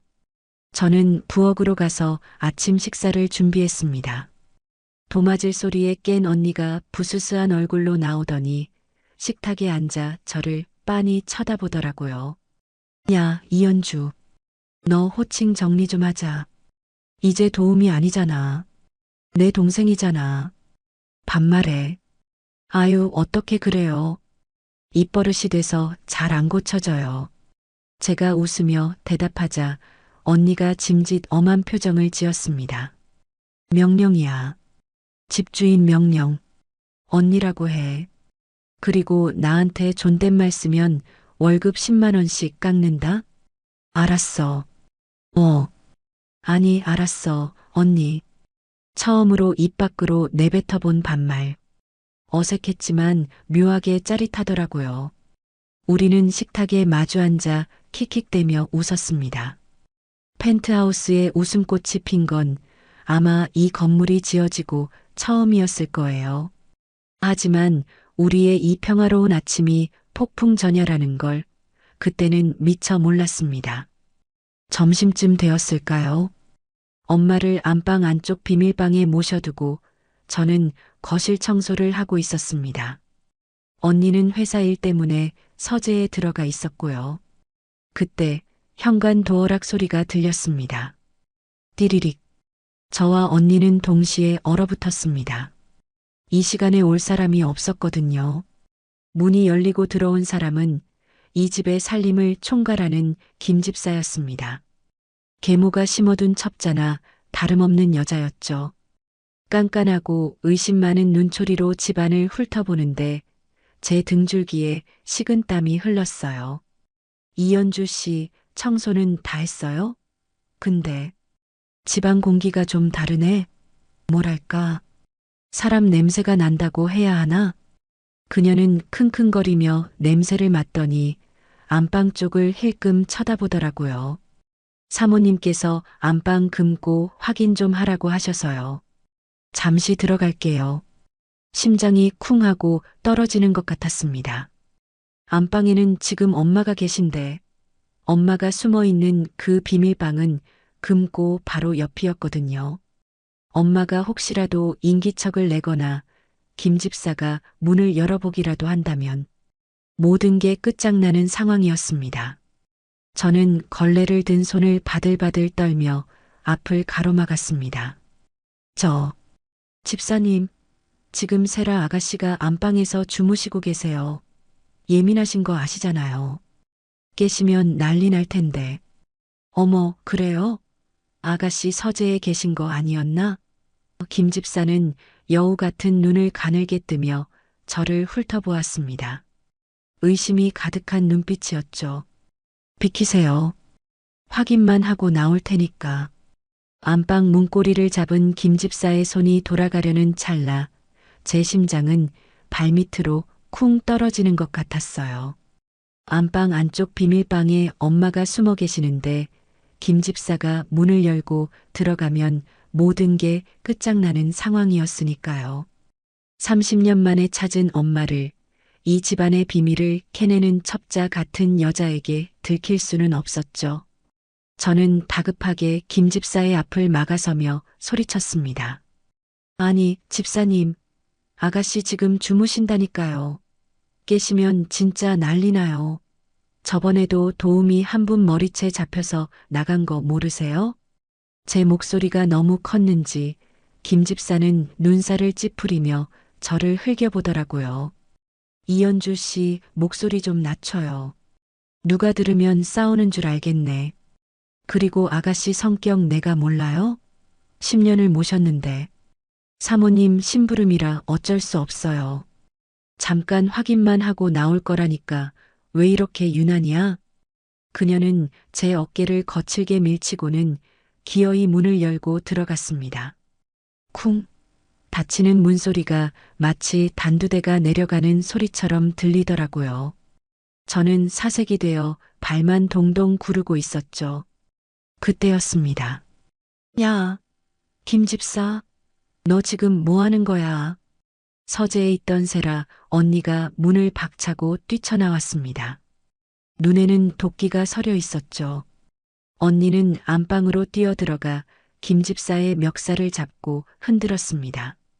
네가 감히 내 허락도 없이 안방을 들어가? 여기가 네 안방이야? 사모님이 시키면 다야? 나가. 당장 나가. 언니의 기세에 눌린 김 집사는 뒷걸음질을 쳤습니다.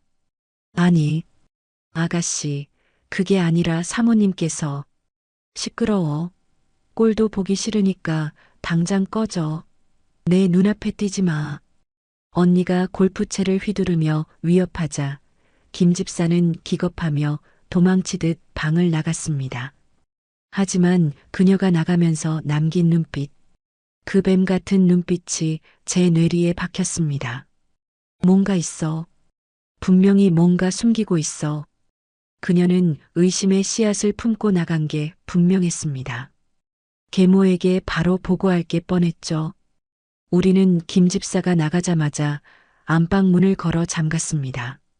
비밀방 문을 열자 엄마가 이불을 뒤집어 쓰고 덜덜 떨고 계시더라고요. 무서워. 그 여자가 또 왔어. 나 잡으러 왔어. 언니는 엄마를 끌어안고 달랬습니다. 아냐, 엄마. 갔어. 내가 쫓아냈어. 아무도 엄마 못 데려가. 내가 지켜줄게. 하지만 평화는 오래가지 않았습니다. 다음 날 아침 펜트하우스 현관문이 부서질 듯 쾅쾅거리는 소리에 잠을 깼습니다. 인터폰 화면을 보니 계모 장미희와 건장한 경호원들이 서 있더라고요. 올게 왔구나 싶었습니다.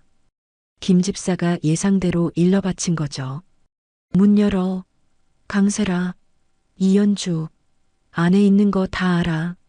계모의 목소리가 앙칼지게 울려 퍼졌습니다. 언니와 저는 눈빛을 교환했어요. 올 테면 와봐라. 이번엔 안 당한다.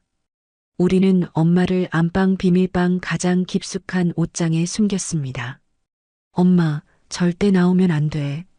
무슨 소리가 들려도 꼼짝 말고 있어야 해. 알았지? 엄마는 겁에 질려 고개를 끄덕이셨습니다. 저는 방문을 잠그고 언니는 심호흡을 한 번 하더니 현관문을 열었어요. 문이 열리자마자 계모 장미희가 들이닥쳤습니다. 화려한 모피 코트를 입고 명품 가방을 든 그녀의 뒤에는 험상궂은 경호원 2명이 버티고 서 있었죠. 그녀는 거실을 훑어보더니 대뜸 소리를 질렀어요. 야, 강세라. 너 제정신이야? 김 집사 말로는 너 안방에 남자 숨겨놨는데 기가 차서 말이 안 나오네. 감히 딴 살림을 차려? 김 집사는 엄마가 아니라 남자를 숨겨둔 줄 알았던 모양입니다. 차라리 다행이라고 생각했죠. 언니는 코웃음을 쳤습니다. 남자는 무슨 남자요? 김 집사 노망난 거 아니에요? 내 방 내가 맘대로 쓰는데 무슨 상관이에요? 아줌마가 시어머니라도 돼요? 뭐, 아줌마, 인연이 진짜 돌았나? 이런 싸가지 없는 게. 계모는 손을 들어 언니의 뺨을 때리려 했습니다. 하지만 언니는 그 손을 탁 쳐냈죠. 손 치워요. 더러우니까. 그리고 남의 사생활 캐지 말고 나가시죠. 아빠한테 다 잃을 거니까. 아빠? 네 아빠가 네 편 들어줄 것 같아? 당장 안방 뒤져봐. 그 남자 끌어내. 계모의 명령에 경호원들이 안방으로 향했습니다. 저는 온몸으로 방문 앞을 막아섰습니다. 안 됩니다.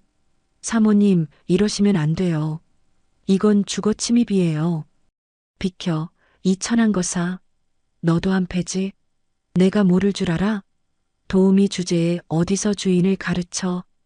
계모는 제 머리채를 잡고 흔들었습니다. 두피가 뜯겨나가는 고통에 비명이 터져나왔지만 저는 물러서지 않았습니다. 못 들어가요. 절대 못 들어가요. 언니도 달려들어 경호원들을 말렸습니다. 내 몸에 손 떼면 고소할 거야. 건드리지 마. 거실은 순식간에 아수라장이 되었습니다. 고함과 비명, 그리고 집기들이 부서지는 소리가 뒤엉켰죠. 계모는 악을 쓰며 소리쳤어요. 뭐해? 쟤들 다 끌어내고 방 뒤져. 당장. 경호원 한 명이 저를 번쩍 들어 바닥에 내동댕이 쳤습니다. 그리고 안방 문을 발로 차서 열었죠. 안 돼. 엄마. 경호원들이 안방을 뒤지기 시작했어요. 옷장을 열고 침대 밑을 살피고 비밀방으로 통하는 문고리를 잡는 순간 제 심장이 멈추는 것 같았습니다. 그때였습니다. 지금 이게 무슨 짓들이야? 현관 쪽에서 쩌렁쩌렁한 고함 소리가 들려왔습니다. 모두의 시선이 그쪽으로 쏠렸죠. 거기에는 강 회장, 아버지께서 서 계셨습니다. 아버지는 분노로 얼굴이 벌개진 채 씩씩거리고 계셨어요. 뒤에는 아버지의 비서인 제 친구 미정이가 안절부절 못하며 서 있었고요. 제가 미리 미정이에게 부탁해둔 덕분이었습니다. 미정아, 내가 문자 보내면 회장님께 바로 연락해줘. 집안에 큰일이 났다고. 아버지는 성큼성큼 걸어 들어와 계모를 노려보았습니다. 당신 지금 내 집에서 뭐 하는 거야? 딸내미 잡으려고 깡패들까지 불렀어? 계모는 당황한 기색이 역력했습니다. 하지만 이내 표정을 바꾸고 억울한 척 연기를 시작하더라고요. 여우주연상 감이었죠. 아니에요, 여보. 오해하지 마세요. 세라가. 글쎄, 방 안에 남자를 끌어들여서 딴 살림을 차렸다잖아요. 김 집사가 봤대요. 애 교육시키려고 그런 건데. 남자? 무슨 남자? 아버지는 의아한 듯 언니를 쳐다보았습니다. 언니는 헝클어진 머리를 쓸어넘기며 똑바로 아버지를 응시했습니다. 아빠, 속지 마세요. 남자 같은 거 없어요. 저 아줌마가 나 괴롭히려고 지어낸 말이에요. 직접 확인해 보세요. 아버지는 경호원들을 물러나게 하고 직접 안방으로 들어갔습니다. 계모도 뒤따라 들어갔죠. 텅 빈 방. 아무도 없었습니다. 없잖아. 남자가 어디 있어. 아버지가 소리치자 계모는 사색이 되었습니다. 분명히 김 집사가 봤다고 했는데 어디 숨었나 봐요. 저기, 저 비밀방, 저기 숨었을 거예요. 계모는 비밀방 문을 가리켰습니다. 아, 이제 진짜 끝이구나 싶었습니다. 아버지가 저 문을 열면 엄마가 발각될 테니까요. 아버지는 의심스러운 눈초리로 비밀방 문을 열었습니다. 끼익 문이 열리고 그 안에는 아무도 없었습니다. 옷장 문도 열려 있고 이불도 개어져 있었지만 사람은 없었죠. 엄네 계모는 귀신에 홀린 듯 중얼거렸습니다. 사실 엄마는 옷장 안쪽 아주 깊은 공간에 숨어 계셨어요. 아버지는 화가 머리끝까지 나서 계모에게 소리쳤습니다. 당신 미쳤어? 딸을 의심해도 유분수지. 없는 남자를 만들어내. 당장 나가. 내 집에서 꼴도 보기 싫으니까. 계모는 억울해서 발을 동동 구르며 매달렸습니다. 여보, 진짜예요. 저것들이 짜고 날 속이는 거야. 냄새가 나잖아. 늙은이 냄새 같은 게 난다고. 늙은이 냄새? 그 말에 아버지가 멈칫했습니다. 엄마 특유의 파스 냄새, 그리고 오래된 분 냄새. 아버지는 코를 킁킁거리시더니 묘한 표정을 지으셨어요. 그때였습니다. 옷장 안에서 작은 기침 소리가 새어나왔습니다. 콜록.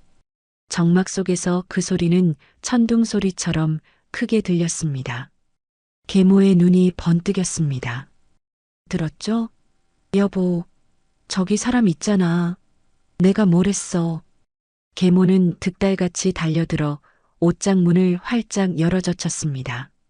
그리고 그 안에는 이불을 뒤집어 쓰고 웅크리고 있는 한 여인이 있었습니다. 계모는 회심의 미소를 지으며 이불을 확 걷어냈습니다. 자, 어디 그 잘난 얼굴 좀 보자. 이불이 거치고 드러난 얼굴. 백발이 성성하고 주름진 얼굴. 겁에 질려 파랗게 질린 입술. 계모는 비명을 질렀습니다. 으악, 이게 뭐야? 귀신이야. 그녀는 뒷걸음질 치다 엉덩방아를 찧었습니다. 30년 전에 자신이 가뒀다가 불이 나서 죽은 줄 알았던 그 최명자가 살아 돌아왔으니까요. 아버지는 얼어붙었습니다. 눈을 비비고 다시 봐도 믿기지 않는 얼굴. 30년을 가슴에 묻고 살았던 첫사랑. 죽은 줄로만 알았던 아내였죠. 명자야? 아버지의 목소리가 떨려왔습니다. 엄마는 그 목소리를 듣고 고개를 천천히 드셨습니다. 그리고 아버지를 보며 희미하게 웃으셨어요. 여보, 넥타이가 삐뚤어졌어. 내가 매줄게. 그 한마디, 엄마가 정신이 온전할 때 아버지에게 늘 해주던 말. 아버지는 그 자리에 주저앉아 통곡했습니다. 명자야, 진짜 명자구나. 살아있었구나. 내가 널 얼마나 찾았는데, 죽었다고 해서, 시신도 못 찾았다고 해서 가슴에 묻었는데, 거실은 순식간에 눈물바다가 되었습니다. 아버지는 그 자리에 주저앉아 엄마를 와락 끌어안고 어린아이처럼 통곡했습니다. 엄마도 아버지의 품에 얼굴을 묻고 흐느끼셨고요. 여보, 나 무서웠어. 저 여자가, 장미희가 나 가뒀어. 우리 세라 못 보게. 엄마의 입에서 계모의 이름이 나오자 아버지의 울음소리가 뚝 그쳤습니다. 그리고 천천히 고개를 들어 계모를 노려보시는데 그 눈빛이 어찌나 살벌하던지 보는 제가 다 오금이 저리더라고요. 계모는 사색이 되어 뒷걸음질을 쳤습니다. 여보, 오해해요. 저 여자가 지금 헛소리하는 거야. 치매 걸린 노인네 말을 믿어요? 저거 다 거짓말이라고요. 닥쳐. 아버지의 고함 소리가 펜트하우스 거실을 쩌렁쩌렁하게 울렸습니다. 네가 감히 날 속여? 내 처자식을 생이별시키고 멀쩡히 살아있는 사람을 죽은 사람 취급해? 네가 그러고도 사람이야. 아버지는 벌떡 일어나 계모에게 성큼성큼 다가가셨습니다. 계모는 공포에 질려 여보, 잘못했어요. 한 번만 하며 빌었지만 아버지의 분노는 이미 폭발한 화산과도 같았습니다. 짝 마이너스. 아버지의 손이 허공을 가르며 계모의 뺨을 세차게 올려붙였습니다. 계모는 비명을 지르며 바닥에 나뒹굴었죠. 이 악마 같은 년, 내 집에서 당장 나가. 빈몸으로 썩 꺼져. 계모는 헝클어진 머리를 감싸 쥐고 악을 썼습니다. 내가 왜 나가? 나도 이 집 안주인이야. 법적으로 당신 아내라고. 재산 분할해. 와, 정말 대단하더라고요. 그 상황에서도 돈 타령이라니. 인간의 밑바닥이 어디까지인지 보여주는 것 같아서 헛웃음이 나올 지경이었습니다. 하지만 언니는 가소롭다는 듯 코웃음을 쳤어요. 아줌마, 꿈 깨세요. 재산 분할은커녕 감옥 갈 준비나 하시지. 우리가 그냥 이러고 있었을 것 같아요? 언니는 주머니에서 녹음기 하나를 꺼내 틀었습니다. 내가 널 죽은 사람으로 만들었어. 세상 사람 다 네가 죽은 줄 알아. 쥐 죽은 듯이 살아. 엄마가 병원에 감금되었을 때 계모가 찾아와 했던 협박 내용이 담긴 녹음 파일이었습니다. 엄마가 정신이 온전할 때 몰래 녹음해 둔 것을 요양병원 짐을 정리하다가 우연히 발견한 거였죠. 결정적인 증거였습니다. 녹음 내용을 듣는 순간 계모의 얼굴이 흑빛으로 변했습니다. 이건 조작이야. 말도 안 돼. 조작? 법정 가서 따져보시던가. 그리고 이것뿐인 줄 알아요? 엄마 감금했던 요양병원 원장, 매수했던 의사, 다 자백받았어요. 당신 이제 끝이야. 언니의 말에 계모는 다리에 힘이 풀린 듯 주저앉았습니다. 더 이상 빠져나갈 구멍이 없다는 걸 직감한 거죠. 아버지는 경호원들에게 손짓했습니다. 이 여자 끌어내. 다시는 내 눈에 안 띄게 해. 경찰서로 바로 넘겨. 경호원들이 계모의 양팔을 잡고 질질 끌고 나갔습니다. 계모는 발악하며 소리를 질렀어요. 이거 나. 내가 누군 줄 알아. 강 회장, 당신 후회할 거야. 내가 가만 안 둬. 그녀의 비명소리가 엘리베이터 문 너머로 사라질 때까지 우리는 숨죽여 그 장면을 지켜보았습니다. 드디어 오랜 세월 묵은 체증이 내려가는 순간이었습니다. 계모가 끌려간 뒤 아버지는 다시 엄마 앞에 무릎을 꿇고 앉으셨습니다. 미안하다 명자야. 내가 멍청해서 널 못 지켰어. 내가 죄인이야. 날 용서해다오. 아버지는 엄마의 거친 손을 잡고 하염없이 눈물을 흘리셨습니다. 재벌 회장의 위험 같은 건 온데간데였고 그저 늙고 후회 많은 한 남자만 남아있을 뿐이었죠. 엄마는 그런 아버지의 눈물을 닦아주시며 갑자기 제 손을 끌어당기셨습니다. 그리고 아버지의 손 위에 제 손을 포개주셨어요. 여보, 인사해. 우리 연주야. 아버지는 의아한 눈으로 저를 바라보셨습니다. 연주, 이분은 도움이 아니오. 세라가 데려온. 엄마는 고개를 저으며 또렷한 목소리로 말씀하셨습니다. 아니야. 내 딸이야. 그리고 당신 딸이야. 내가 쫓겨날 때 뱃속에 있었어. 아버지의 눈이 그 어느 때보다 크게 떠졌습니다. 그리고 저를 멍하니 바라보셨죠.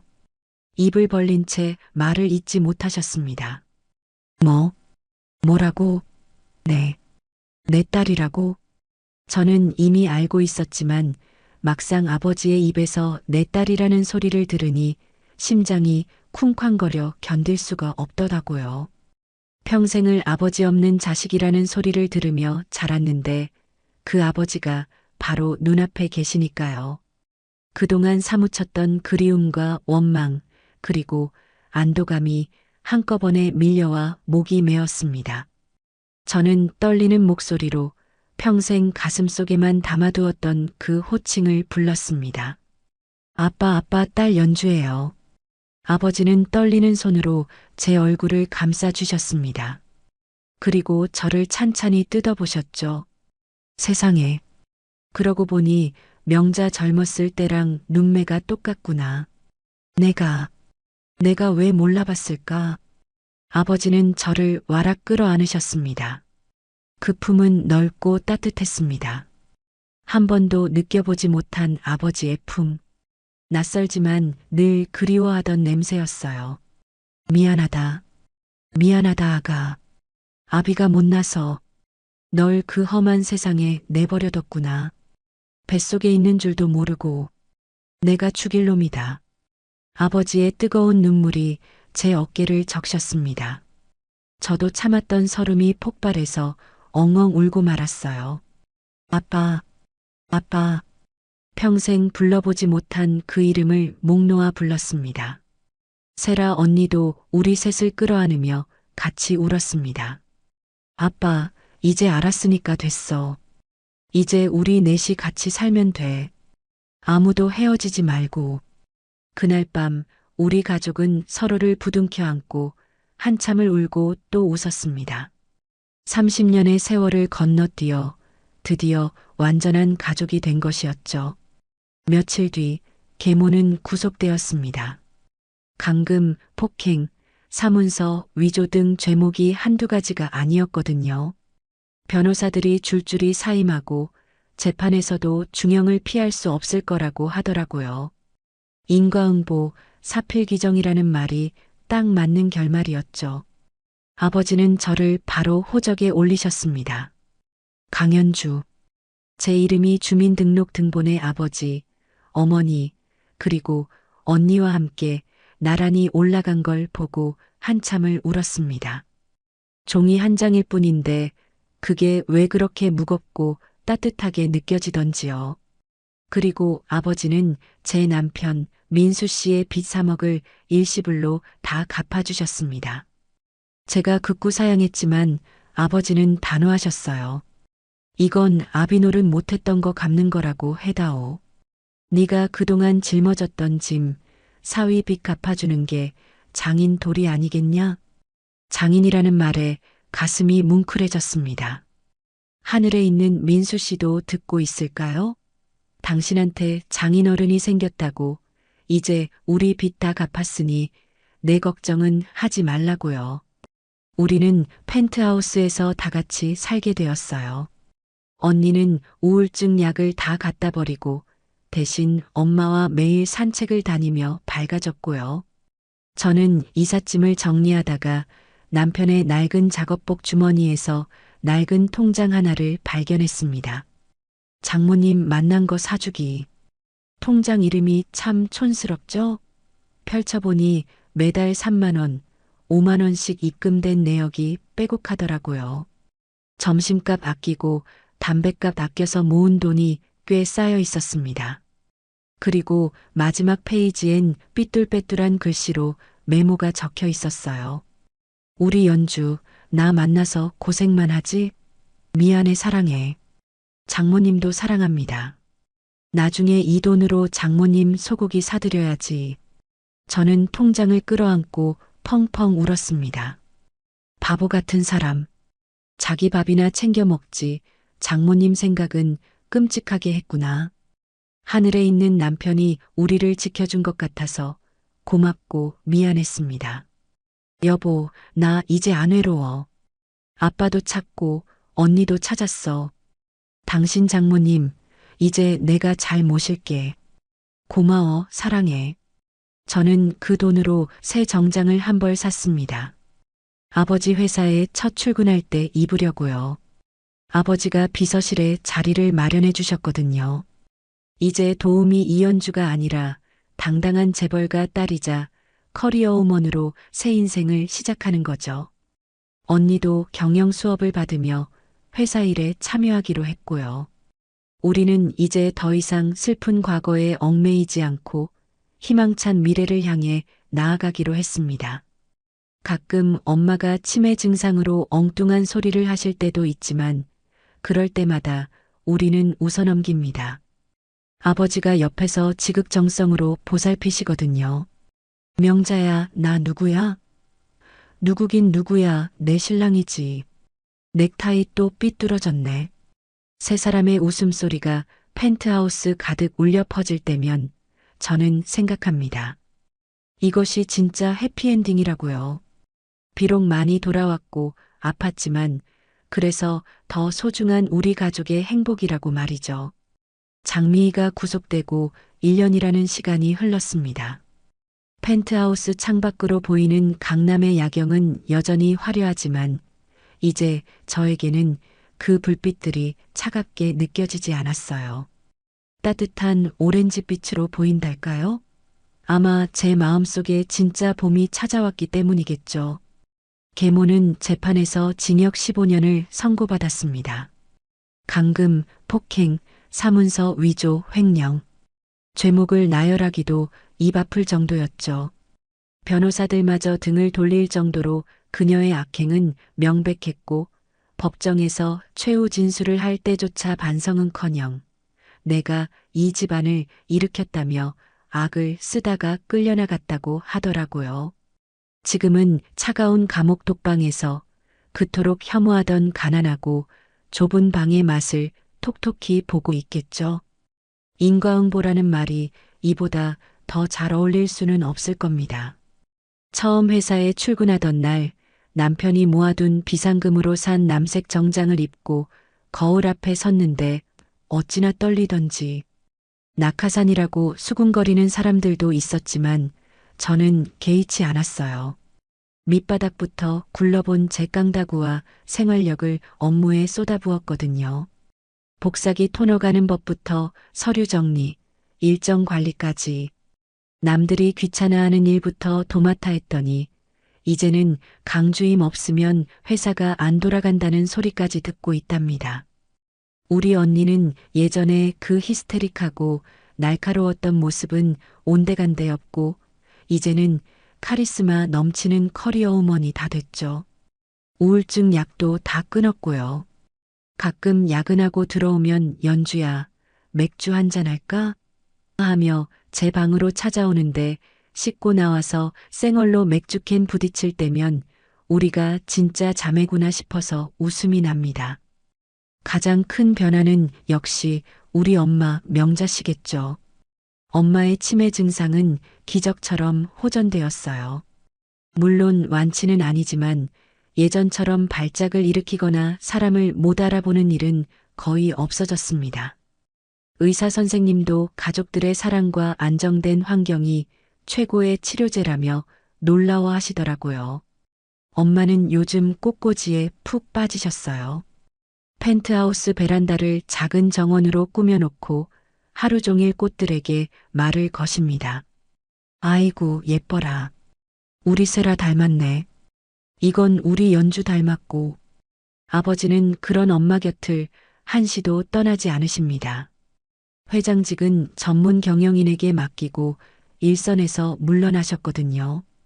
평생 일만 하느라, 그리고 잃어버린 가족을 그리워하느라 놓쳐버린 시간들을 보상받으시려는 듯 엄마의 껌딱지가 되셨습니다. 어제는 퇴근하고 들어오는데 거실에서 두 분이 투닥거리는 소리가 들리더라고요. 여보, 넥타이가 이게 뭐야? 색깔이 너무 칙칙해. 내가 골라준 거 매라니까. 아니, 명자야. 이게 요즘 유행이라니까 그러네. 허허 참. 소파에 나란히 앉아 TV를 보며 사소한 걸로 티격태격하시는 모습. 그 평범한 일상이 저에게는 얼마나 눈물겹게 소중한지 모릅니다. 예전에는 남의 집 창문 너머로 훔쳐보며 부러워만 했던 그 그림 속에 이제 제가 들어와 있으니까요. 오늘은 아주 특별한 날입니다. 바로 우리가 다시 가족이 된 날을 기념하는 다시 만난 날 파티가 있는 날이거든요. 저는 퇴근길에 백화점에 들러 엄마에게 드릴 스카프와 아버지 넥타이, 그리고 언니가 좋아하는 향수를 샀습니다. 양손 가득 선물 꾸러미를 들고 집에 들어서는데 맛있는 냄새가 현관까지 진동을 하더라고요. 왔어? 빨리 손 씻고 와. 갈비찜 다 됐어. 앞치마를 두른 언니가 국자를 들고 저를 반겼습니다. 세상에 라면 하나 제대로 못 끓여서 엎어버리던 그 강세라가 갈비찜이라니요. 언니, 이거 진짜 언니가 한 거 맞아? 배달시킨 거 아니고. 야, 내가 우리 가족 위해서 요리학원까지 다녔거든. 먹어보고 감동해서 울지나 마라. 식탁에는 상다리가 휘어질 정도로 진수성찬이 차려져 있었습니다. 엄마가 좋아하시는 잡채, 아버지가 좋아하시는 생선구이, 그리고 제가 좋아하는 매운 갈비찜까지. 자, 다들 앉아라. 우리 연주 왔으니까 건배해야지. 아버지가 와인잔을 들고 일어서셨습니다. 얼굴에는 웃음꽃이 활짝 피어 있었죠. 예전에 그 고독하고 차가워 보이던 회장님의 얼굴은 찾아볼 수가 없었습니다. 우리 가족 다시 만나게 해줘서 고맙다. 그리고 30년 동안 못다한 사랑, 앞으로 남은 시간 동안 다 채워주마. 사랑한다, 명자야. 그리고 세라야, 연주야. 사랑해요, 우리 가족. 우리는 잔을 부딪히며 크게 외쳤습니다. 쨍하는 맑은 소리가 거실 가득 울려 퍼졌죠. 엄마는 음식을 드시다가 문득 제 손을 꼭 잡으셨습니다. 연주야, 고맙다. 네가 나 살렸다. 네가 아니었으면 나는 아직도 그 차가운 병원 바닥에서 죽을 날만 기다리고 있었을 거야. 에이, 엄마. 그런 소리 하지 마요. 엄마가 버텨준 덕분이죠. 우리 잊지 않고 기억해줘서 고마워요. 우리는 밤이 깊도록 웃고 떠들며 이야기꽃을 피웠습니다. 옛날 이야기, 회사 이야기, 그리고 앞으로 갈 여행 이야기까지. 웃음소리가 끊이지 않는 펜트하우스. 이제 이곳은 더 이상 차가운 모델하우스가 아니라 사람의 온기가 가득한 진짜 집이 되었습니다. 다음 날 저는 연차를 내고 엄마와 함께 남편의 납골당을 찾았습니다. 민수야, 엄마 왔다. 엄마는 납골당 유리창을 어루만지며 말씀하셨어요. 네가 우리 연주 아껴줘서 내가 참 고맙다. 거기서는 아프지 말고 배고프지 말고 잘 지내라. 우리 연주는 내가 목숨 걸고 지킬 테니까 걱정 말고. 엄마의 눈시울이 붉어졌습니다. 저도 남편 사진을 보며 활짝 웃어 보였습니다. 여보, 들었지? 엄마가 나 지켜준대. 그러니까 당신도 거기서 편히 쉬어. 사랑해, 영원히. 납골당을 내려오는 길, 햇살이 눈부시게 쏟아졌습니다. 엄마는 제 팔짱을 끼고 콧노래를 흥얼거리셨죠. 그 뒷모습을 보는데 문득 그런 생각이 들더라고요. 인생이라는 게 참 얄궂죠. 바닥까지 떨어져서 더 이상 내려갈 곳이 없다고 생각했을 때 생각지도 못한 곳에서 길이 열리기도 하니까요. 저에게 찾아온 이 기적 같은 행복이 어쩌면 제가 포기하지 않고 꿋꿋하게 버텨왔기 때문에 주어진 선물이 아닐까 싶어요. 혹시 지금 이 이야기를 듣고 계신 분들 중에서도 너무 힘들고 지쳐서 주저앉고 싶은 분이 계신가요? 캄캄한 터널 속에 혼자 갇힌 것 같아서 무서운 분이 계신가요? 그렇다면 제 이야기를 기억해 주세요. 빚더미에 앉아 쫓기던 도우미 이연주도 이렇게 가족을 찾고 웃고 있잖아요. 인생은 정말 끝날 때까지 끝난 게 아니더라고요. 겨울이 아무리 추워도 결국엔 봄이 오고 꽃은 피니까요. 저는 이제 믿습니다. 가족이라는 이름의 기적을요. 그리고 제 곁엔 언제나 내 편이 되어줄 든든한 사람들이 있다는 사실을요. 앞으로도 우리는 지지고 볶으며 살아가겠죠. 가끔은 싸우기도 하고 토라지기도 할 거예요. 하지만 다시는 서로의 손을 놓지 않을 겁니다.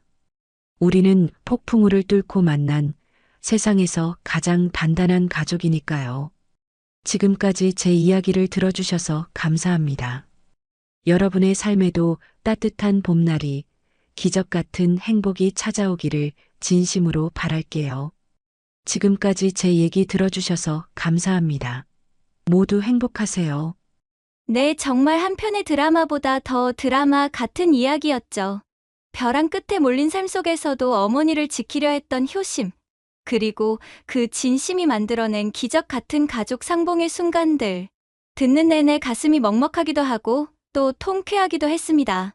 무엇보다 연주 씨가 겪은 그 모진 시련들이 결국엔 가족이라는 따뜻한 품으로 보상받게 되어 얼마나 다행인지 모릅니다. 30년 만에 찾은 아버지와 언니. 비록 늦게 만났지만 그만큼 서로를 더 애틋하게 아끼며 행복하게 사실 거라고 믿어 의심치 않습니다. 하늘에 계신 남편 민수 씨도 이제는 마음 편히 웃고 계시겠죠? 지금 혹시 힘든 시간을 보내고 계신 분들이 있다면 오늘 연주 씨의 이야기가 작은 위로와 희망이 되었으면 좋겠습니다. 아무리 긴 겨울도 결국엔 봄에게 자리를 내어주듯 여러분의 삶에도 반드시 따뜻한 햇살이 비칠 테니까요. 포기하지 않고 버티다 보면 연주 씨처럼 생각지도 못한 선물 같은 날들이 찾아올 겁니다. 연주님께 응원의 댓글을 남겨주세요. 큰 위로가 돼줄 거예요. 오늘도 끝까지 함께 해주셔서 감사합니다.